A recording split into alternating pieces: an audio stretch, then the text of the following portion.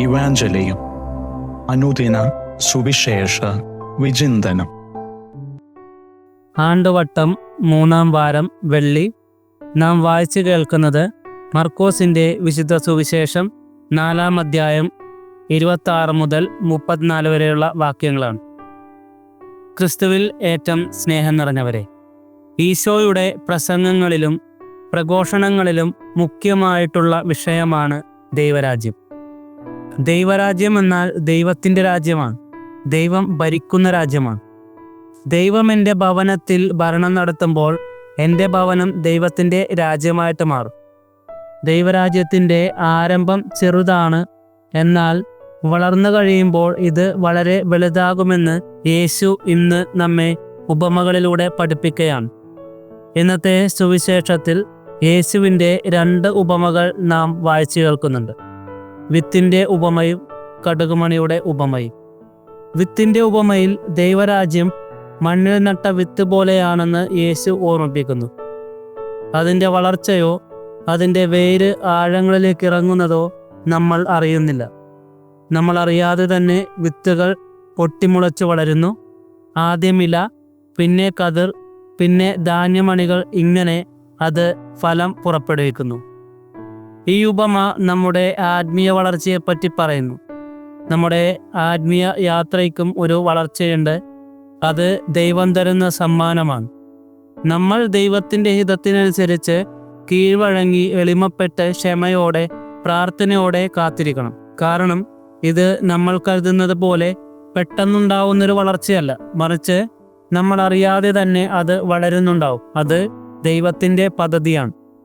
ഒരുപക്ഷെ ജീവിതത്തിൽ എല്ലാം എൻ്റെ പദ്ധതിക്കനുസരിച്ച് മാത്രം നടക്കണമെന്ന് നാം ഒക്കെ ചിന്തിച്ചു കൂട്ടുന്നുണ്ടാവും. പക്ഷേ നമ്മളെക്കാൾ ഒരു ബെറ്റർ പ്ലാൻ ദൈവത്തിൻ്റെ കയ്യിലുണ്ട്. ദൈവത്തിന് കീഴ്വഴങ്ങി പ്രാർത്ഥനയോടെ ക്ഷമയോടെ അതിനായിട്ട് നാം കാത്തിരിക്കണം. തീർച്ചയായും ദൈവം നമ്മെ നയിക്കും. ഇനി 2ാമത്തെ ഉപമയിലേക്ക് കടന്നു വരാം. അത് കടുകുമണിയുടേതാണ്. കടുകുമണി വളരെ ചെറുതാണ്, പക്ഷേ പിന്നീട് അത് ക്രമാനുഗതമായി വളർന്നുകൊണ്ടിരിക്കും. പക്ഷികൾ വന്ന് ചില്ലയിൽ ചേക്കേറാൻ തക്കവണ്ണം അത് വളർന്നുകൊണ്ടിരിക്കും. അതുകൊണ്ടാണ് ജീവിതത്തിലെ ഏറ്റവും ചെറിയ കാര്യം അല്ലെങ്കിൽ ലളിതമായ കാര്യങ്ങളായിരിക്കും ഏറ്റവും അസാധാരണമായി തീരുക എന്ന് പറഞ്ഞു വെക്കുന്നത്. ഒരിക്കൽ ഒരുപാട് നക്ഷത്ര മത്സ്യങ്ങൾ കടൽ തിരയോടൊപ്പം കരയിലേക്ക് വന്ന് വീഴുകയാണ്. കണ്ണെത്താ ദൂരത്തോളം അതങ്ങനെ നീണ്ടു കിടക്കുന്നു. ആരും അതിനെ ശ്രദ്ധിക്കുന്നൊന്നുമില്ല. എന്നാൽ ഒരു കൊച്ചു കുട്ടി മാത്രം ഓരോന്നെടുത്ത് അത് കടലിലേക്ക് അങ്ങനെ ഇടുകയാണ്.